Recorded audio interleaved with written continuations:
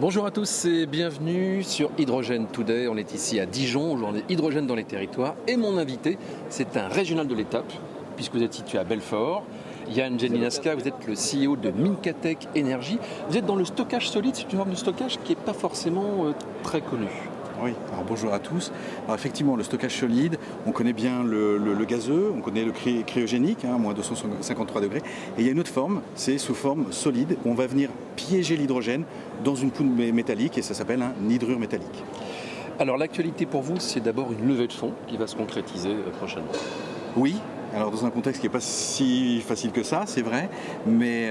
Ça prouve qu'il y a un intérêt en tout cas. Ah mais il y a un intérêt sur l'hydrogène, c'est sûr. Maintenant, le marché est quand même un peu compliqué, mais effectivement là, on a une belle série A qui arrive, qui va être alors... On la déclarera officiellement dans quelques jours, il faut encore attendre 2-3 semaines, mais ça va nous permettre effectivement de passer le cap de l'industrialisation de nos réservoirs. Quel type d'applications sont adressées par cette technologie de stockage solide ? Alors, le stockage solide, ça présente plusieurs avantages, mais on commence par l'inconvénient, comme ça c'est fait, c'est qu'on est plus lourd que les autres. Donc attention, la mobilité, c'est pas la première application pour nous. Donc c'est pas pour les vélos, c'est pas pour la mobilité. On oublie les vélos, voilà, on oublie les avions, parce que c'est beaucoup trop lourd. Par contre, sur des engins off-road, les engins de chantier, là, la technologie a tout son sens. Donc un peu de mobilité quand même. On a de la mobilité, parce qu'on est très dense, donc on a un petit volume, voilà, et ça nous permet aussi de recharger avec de l'hydrogène qui n'est pas comprimé. Donc beaucoup plus simple à recharger et des problèmes de sécurité en moins. Et notre réservoir ne définit pas une zone ATEX, ce qui est quand même remarquable pour l'hydrogène.